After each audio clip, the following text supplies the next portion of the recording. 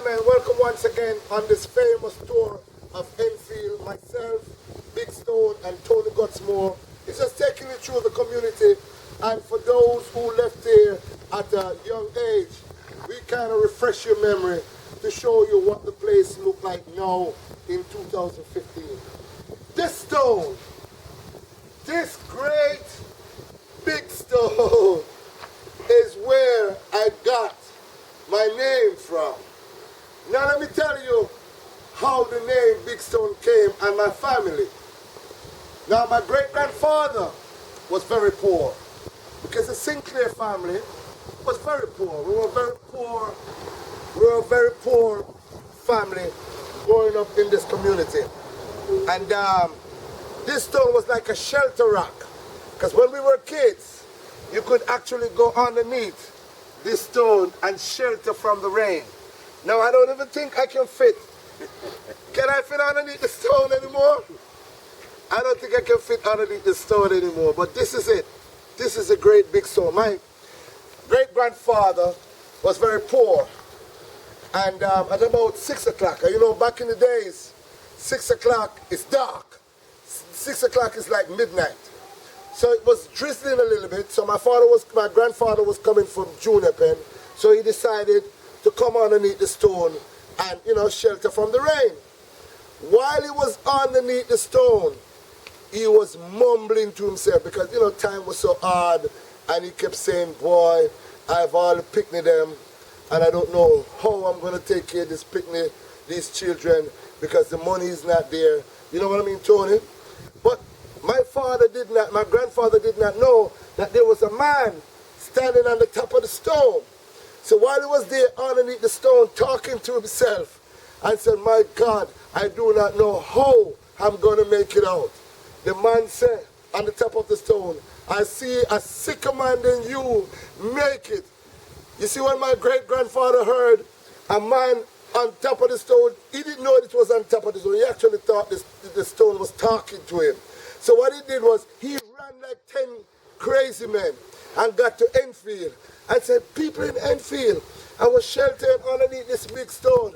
And while I was there talking to myself, the stone talked back at me. So ladies and gentlemen, there you have it. That is how my great-grandfather got the name Big Stone.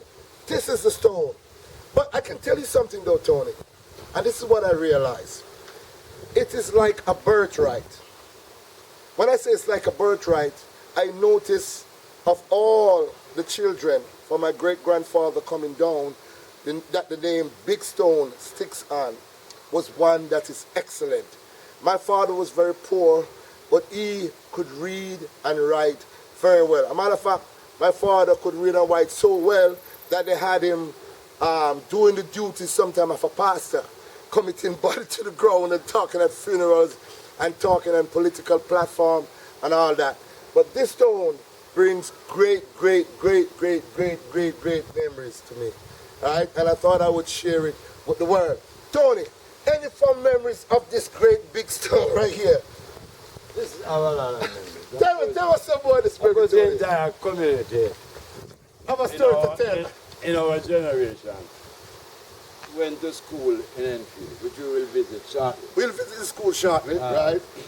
And this stone, like you say, is significant to your family because it actually gives you a name. And it is befitting that some prominent person should carry Yes.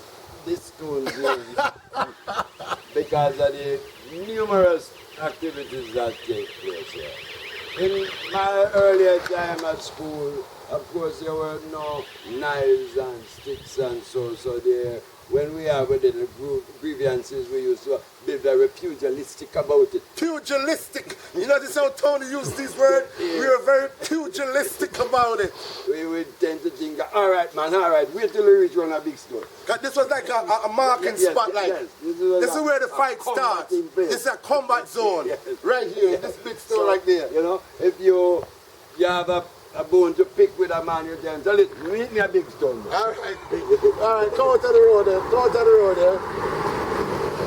And therefore it became well known as a place where we split hairs and have our differences sorted out once and for all. You know what came to my mind though, Tony? Seriously. Whenever I get very, very, very, very rich, because it's going to happen. There's no doubt about it. Big Stone is going to be a multi-billionaire. All right? I plan to come here late one night with a truck and thief the store there. But I know I could not get out of Enfield with this stone. Not because my family got the name Big Stone from this stone. I don't own this stone. This stone belongs to the people of Enfield. And the people of Enfield would do me bodily harm if I come and take this great landmark. All right?